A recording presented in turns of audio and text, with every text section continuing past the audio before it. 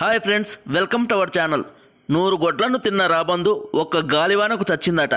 ఇప్పుడు పుష్ప 2 మూవీ విషయంలో కూడా సుకుమార్ గారి పరిస్థితి ఇలాగనే తయారయ్యింది. అదేంటో తెలుసుకోవాలంటే ఈ వీడియోను చివరి దాకా చూడండి, మీకే అర్థమవుతుంది. చూసిన తర్వాత ఈ వీడియో మీకు నచ్చినట్లయితే ఖచ్చితంగా లైక్ చేయండి. గత కొన్ని రోజులుగా పుష్ప 2 సినిమాకు సంబంధించి ఎంత కాంట్రవర్సీ నడుస్తుందో అందరికీ తెలిసిందే. ఆల్రెడీ ఈ సినిమాను ఆగస్టు 15 నుంచి డిసెంబర్కు పోస్ట్ పోన్ చేశారు. ఇప్పుడు ఆ డేట్ కూడా సినిమా రాకపోవచ్చని అంటున్నారు. అందుకు కారణం షూటింగ్ నత్తనడకగా సాగడం, ఇంకా హీరో అల్లు అర్జున్కు సుకుమార్కు మధ్య విభేదాలు నెలకొన్నాయని జోరుగా ప్రచారం నెలకొంది. తానొకటి తలిస్తే దైవం ఒకటి తలిసిందన్న ప్రకారం సుకుమార్ గారు అనుకున్న విధంగా షూటింగ్ కంప్లీట్ చేయకపోవడం, ఇంకా షెడ్యూల్ పదే పదే మారుస్తుండడంతో అల్లు అర్జున్ గడ్డం తీసేసి ప్యారిస్ టూర్కు వెళ్ళినట్లు కూడా ఇటీవల గట్టిగా ప్రచారం జరిగింది. దీంతో సోషల్ మీడియాలో, సామాజిక మాధ్యమాల్లో అందరూ సుకుమార్నే నిందించడం మొదలుపెట్టారు. మొత్తానికి నింద మొత్తం సుకుమార్ గారి మీదే వేసేశారు. నిజానికి సుకుమార్ గారు ఎంత పెద్ద డైరెక్టరో అందరికీ తెలిసిందే. దానికి ఉదాహరణ ఇండస్ట్రీకే కాకుండా ఎంతోమంది పెద్ద పెద్ద హీరోలకు గొప్ప గొప్ప హిట్లు ఇచ్చారు ఆయన.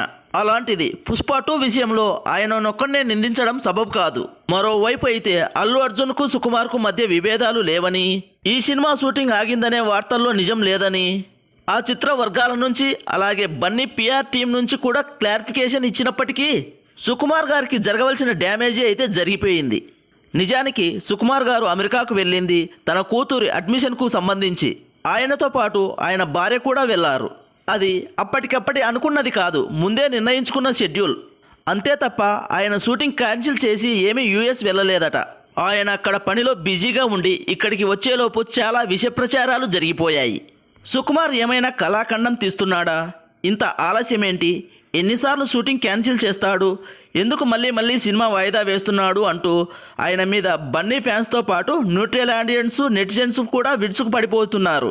ఇక తన మీద జరిగిన నెగిటివ్ ప్రచారం అంతా చూసి సుకుమార్ గారు బాధపడినట్లు ప్రచారం.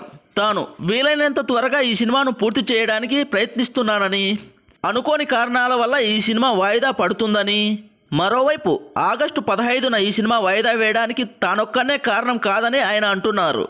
అందుకు కారణం ఏపీలో జరిగిన అసెంబ్లీ ఎన్నికలు ఫలితాల టైంలో బన్నీ మీద వచ్చిన నెగిటివిటీ చూసి ఇప్పుడు సినిమాను రిలీజ్ చేస్తే చాలా డ్యామేజ్ తప్పదని ఉద్దేశంతో నిర్మాతలే ఈ సినిమా వాయిదాకు మొగ్గు చూపారట.